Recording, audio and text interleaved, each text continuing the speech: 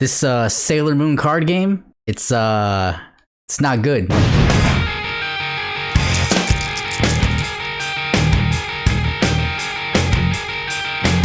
Back in the early 2000s, it really felt like every franchise wanted to have their own trading card game. Well, with the popularity of Yu-Gi-Oh! And Pokemon. Still don't know the difference between a Pokemon and a Charizard. So of course, what better franchise than Sailor Moon? So normally for my channel, I'd usually port a game to Tabletop Simulator. I'd usually explain how to play the game.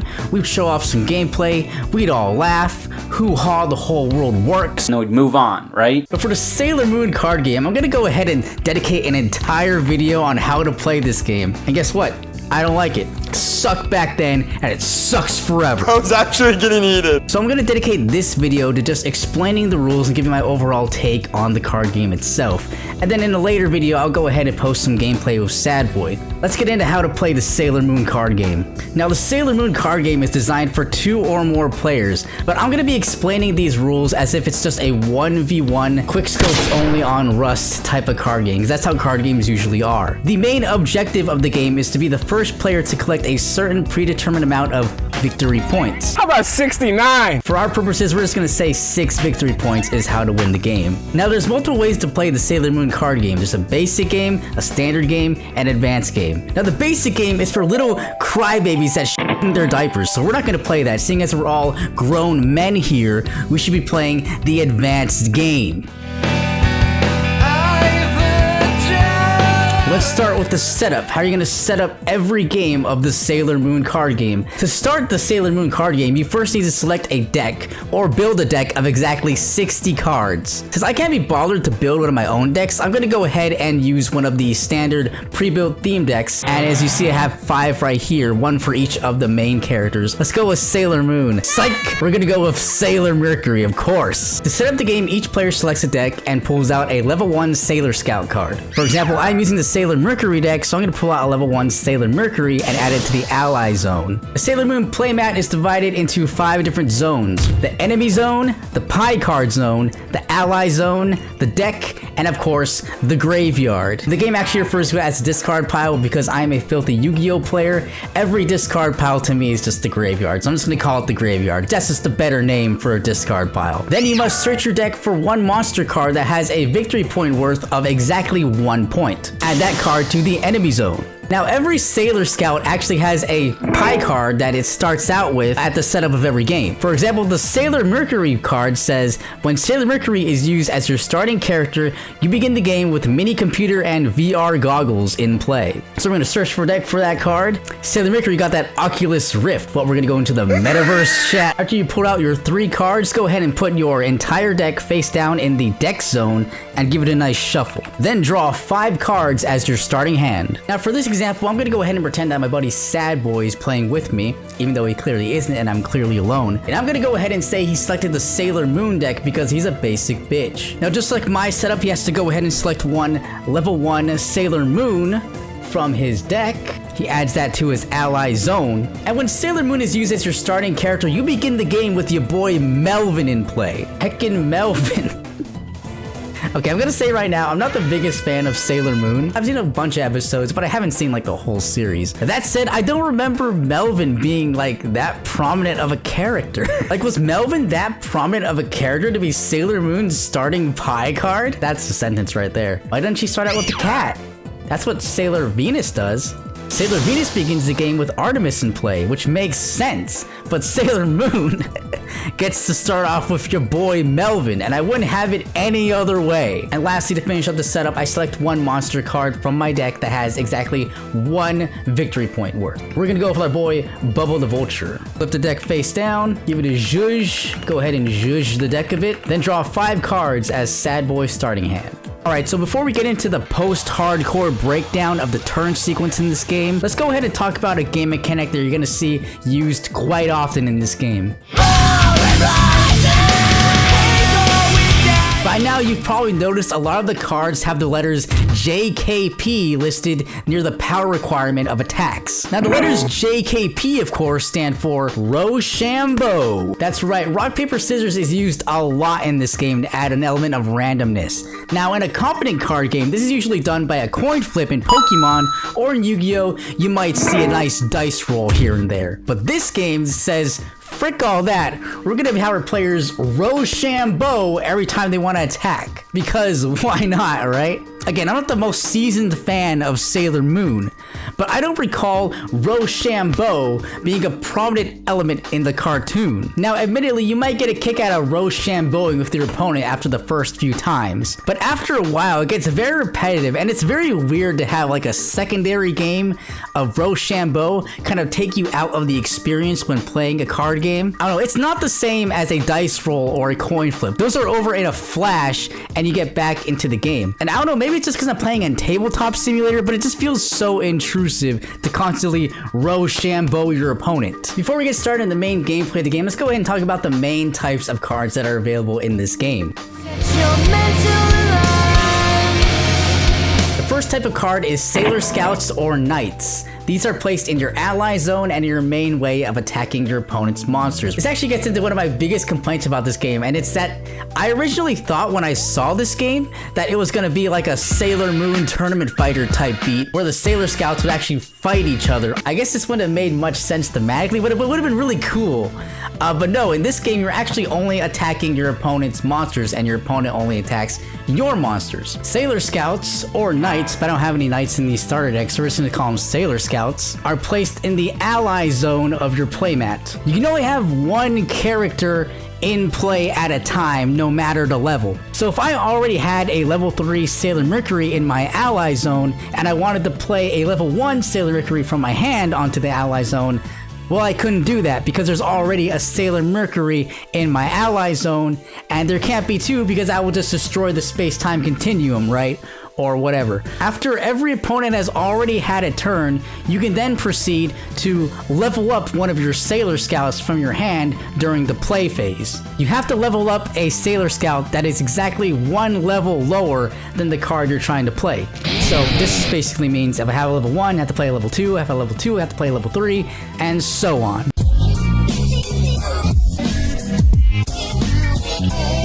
Sailor Scout cards usually have a attribute. In this case, Sailor Mercury is Mind. They have a number on the top right corner indicating the amount of health it has. If at any time the amount of damage this card has meets or exceeds its health, it is automatically destroyed and Removed from play. Also keep in mind, if you do not have any allies in your ally zone, meaning all of your Sailor Mercuries have died, then you automatically take the L. They are the main characters after all. Come on, the protagonists of the cartoons can't die, right? That just doesn't happen. Also on Sailor Scout cards are a number of attacks. Attacks usually have a cost indicated by the number of energy card symbols next to each attack. For example, Mercury Bubble Blast requires 2 mind energies to use as attack. On the other hand, Shine Aqua Illusion requires 2 mind energies to use, but also requires 2 other energies to use as well, for a total of 4. And just like the colorless symbol in Pokemon, this kind of circle cut into 3 different parts represents basically any energy card can be used to fulfill the requirement of this attack's cost. Just like in Pokemon, when attacking with a Sailor Scout and using energy, you don't have to actually discard any energy from the card,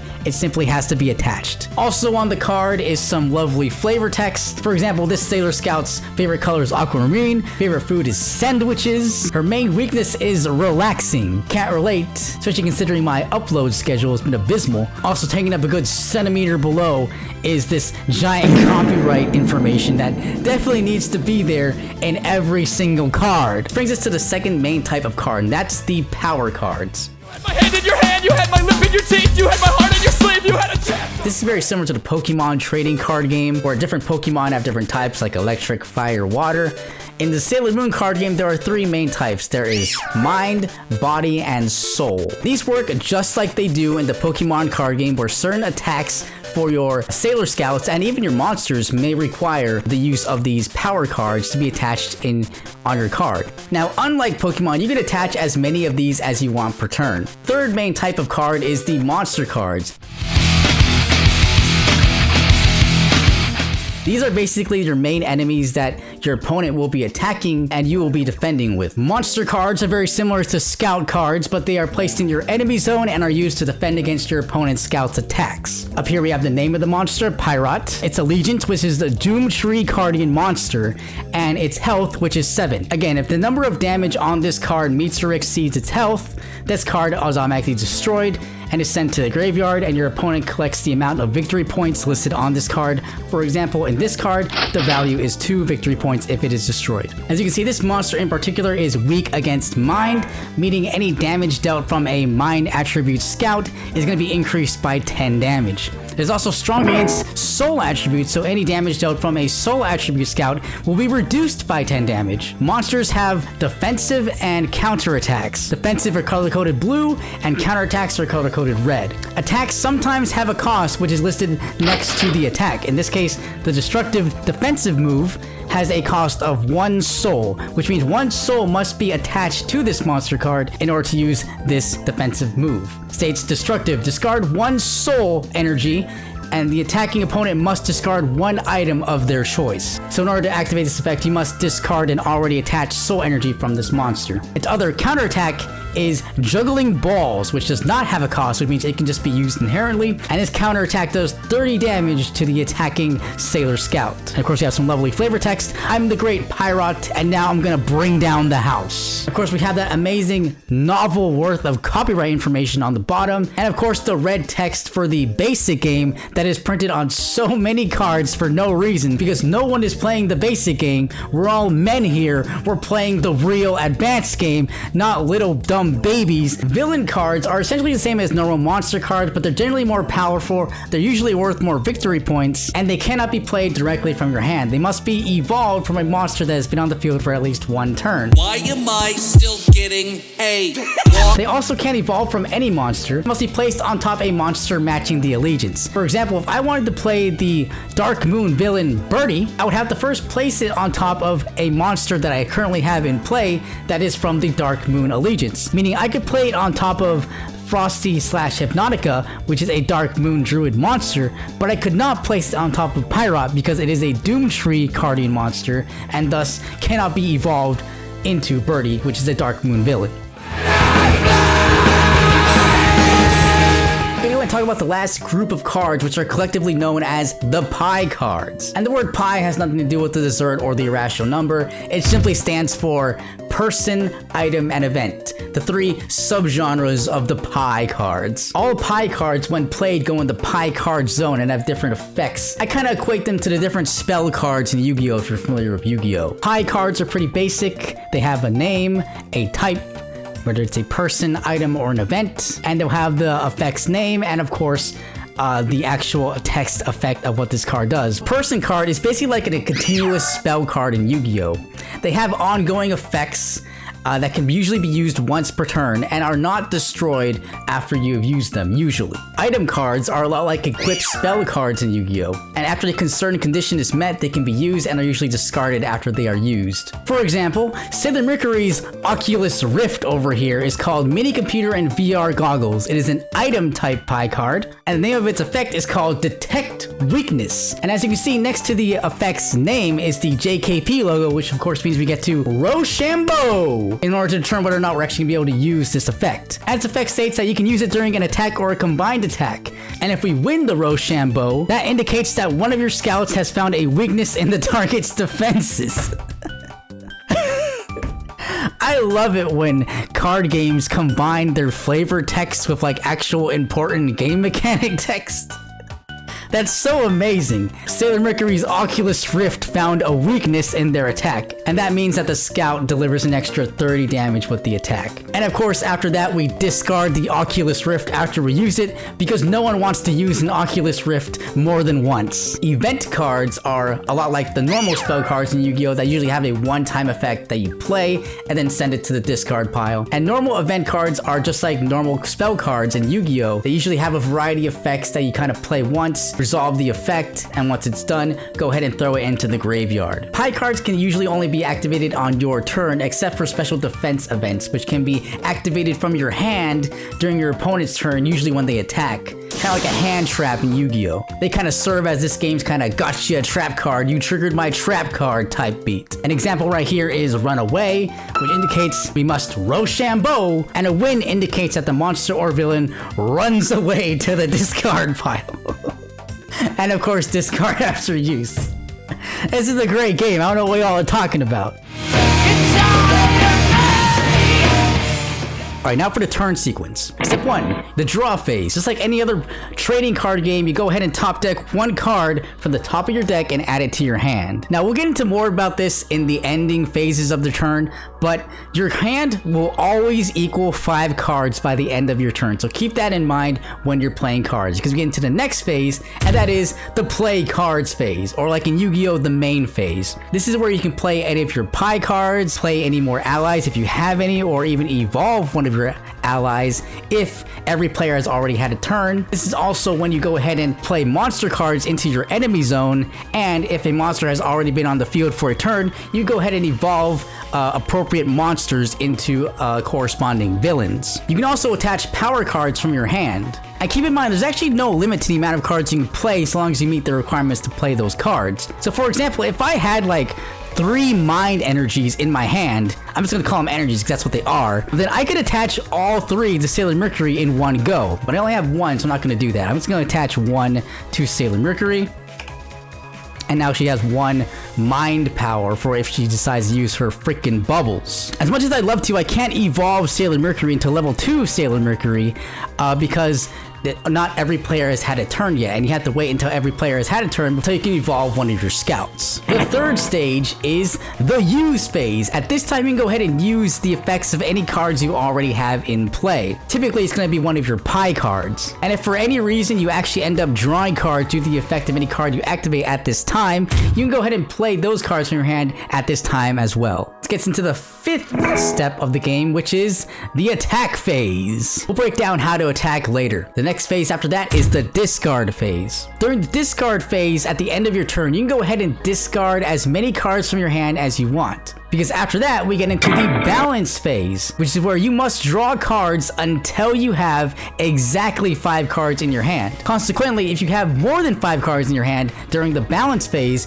you must discard cards from your hand until you have exactly 5 cards in your hand. For example, in this scenario, maybe I want to discard this card and 1 mind power, and then during the balance phase, I will go ahead and draw 3 cards to my hand, and then I have exactly 5. Unlike other card games like Yu-Gi-Oh! And Pokemon, you actually don't lose if you run out of cards in your deck. So keep this in mind. You can go ahead and activate your cards as much as you want, and you don't really have to worry about decking out in this game. If at any time you run out of cards in your deck, you simply shuffle your discard pile, put it face down, and use it as a new deck. This means in this game, you don't really have to worry about strategically drawing cards or being careful not to overextend too early because there's no danger of actually decking out. So that's kind of the gist of an entire turn, but let's go ahead and break down further how to actually attack in this game.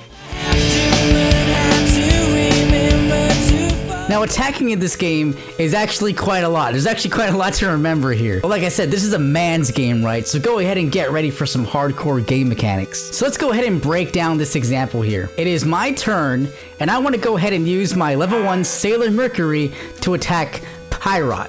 Hope I'm pronouncing that right. Which, based off its attack juggling balls, I think it's some sort of clown. Which is pretty fitting, because right now I feel like a pretty huge clown explaining how to play this garbage game. So my level 1 Sailor Mercury is going to be attacking with Mercury Bubble Blast. As you can see, I have the necessary energy cards to mind, so I'm going to go ahead and attack.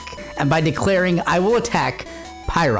Now, your opponent, whenever your opponent is attacked, they have the opportunity to use a monster's defensive move. A monster's defensive move is signified by a blue circle next to the move's name, and a counterattack move is signified by a red circle next to the attack's name. In this case, P.I.E. has the defensive move Destructive.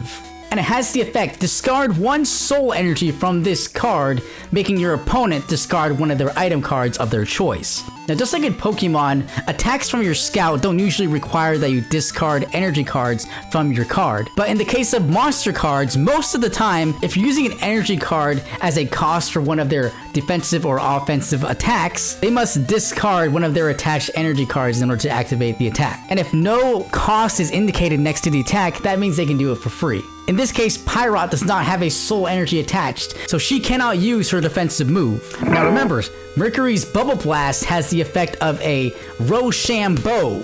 So since we have determined that our opponent will not be using a defensive attack, then we can go ahead and activate the effect of Mercury's Bubble Blast and apply some damage. But before we do, we're gonna go ahead and play some Rochambeau with our opponent. So in this imaginary scenario, I'm just gonna say I took the fattest L in the game and lost the Rochambeau.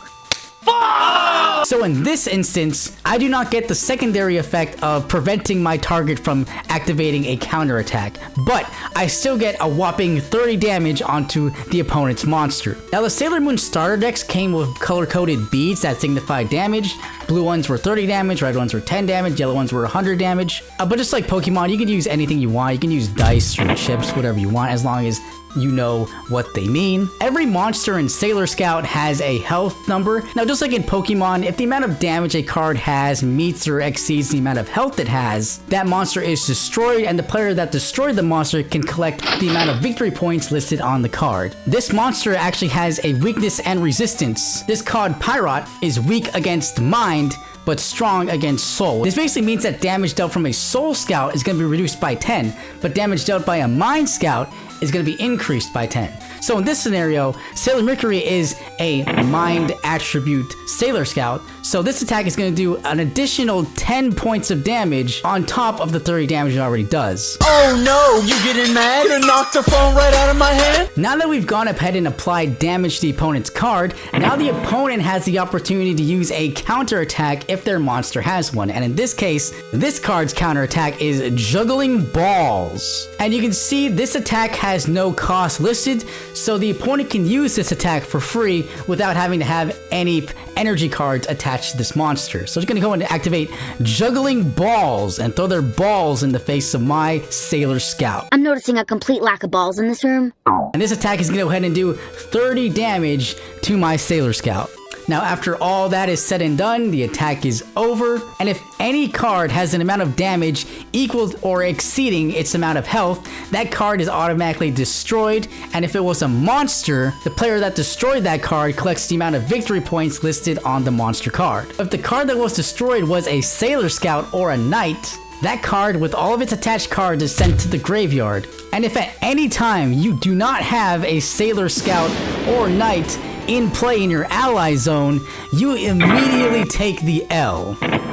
This thing's actually really painful to wear. Like, I don't want to feel this way forever. Like, I don't want to feel this way forever. That's a Thursday reference. Listen to Thursday if you haven't already. If you decide not to attack with one of your Sailor Scouts, you can instead use the Rejuvenation effect. This is just an inherent ability that any Sailor Scout or Knight that you have in play is able to use. What you do is you detach any number of energy cards that are already attached to your Sailor Scout. For every one energy card you detach, decrease the damage on your card by 20 points. In this example, I'm going to go ahead and detach one of my mind energies and then remove 20 damage from this card. Again, keep in mind, you can only rejuvenate with a card that hasn't attacked that turn. So players take turns this way, attacking and defending with their monsters. If at any time a player reaches a set amount of victory points by destroying a certain amount of monsters, that player automatically takes that epic victory royale. You tried to place the eyes, woman! But I hear you guys screaming from the other side of the TV screen right now. But Ranman, if you cannot attack your opponent's Sailor Scout directly, then what happens if your opponent doesn't have any monster or villain cards in play? Surely if I don't play any monster cards or villain cards, I can go ahead and just sidestep this whole ordeal and I will never lose because you will never get enough victory points to actually win the game. Well, that's an easy one. If at any time your opponent does not have any monster cards on their side of the field, you can go ahead and just destroy your own monster cards. I'm not making this up. This is an actual game mechanic. If your opponent has no monsters to kill, why don't we just go ahead and kill your own monsters, and of course you'll be getting the victory points listed on the cards. We want you to get used to this. I guess canonically this makes sense, but it just feels super goofy as an incentive for doing well in the game that you get to go ahead and destroy your own cards. That just feels super strange in any card game, no matter how you slice it.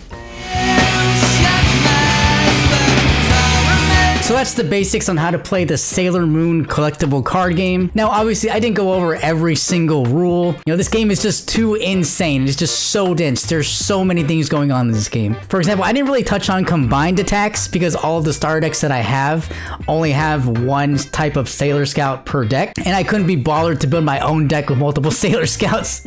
So combined attacks didn't really come up. Now, I hope it's obvious throughout this video that I've been kind of hamming up my disdain for this game. I don't actually think this is like the worst card game ever or anything like that. If you're a fan of Sailor Moon, you're probably gonna get a kick out of this game, at least for a little bit. There are a lot of problems with it that I wish were better. For example, the design of the cards themselves. How so many cards have that glaring red text to explain the basic game rules when nobody's playing the basic game. And every single card has to have a giant paragraph of copyright information right on top of the card. All you need is like one line. You don't need that entire paragraph. Also, the art for this game just isn't that good. Like I'm no Pablo Picasso or anything. I'm not some great artist, but it just seems to me like they literally took screenshots from the old 90s cartoon and slapped it on the cards. And this actually works pretty well for like the main characters, like all of the Sailor Scouts, but for like the one-off characters, you can tell that they were struggling to find a decent screenshot of these one-off villains and monsters. And I'm actually pretty disappointed that you don't get to pit the Sailor Scouts against each other directly. I understand it wouldn't make canonical sense, but it's just a game. Come on, why couldn't we do that? I don't really know what a proper Sailor Moon card game would look like. You know, I don't envy the guy whose job it was to design a Sailor Moon card game. But overall, I just feel like this ain't it, Chief.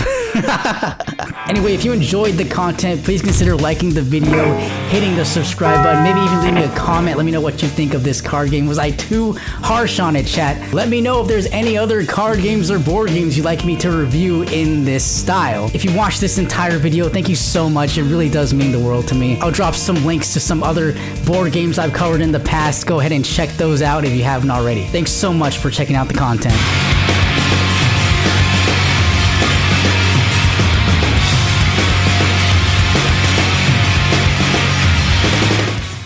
Let me take off this makeup on camera. Actually, this is gonna be a Patreon exclusive. So if you're not subscribed to my OnlyFans, if you're not subscribed to the Patreon, look away right now.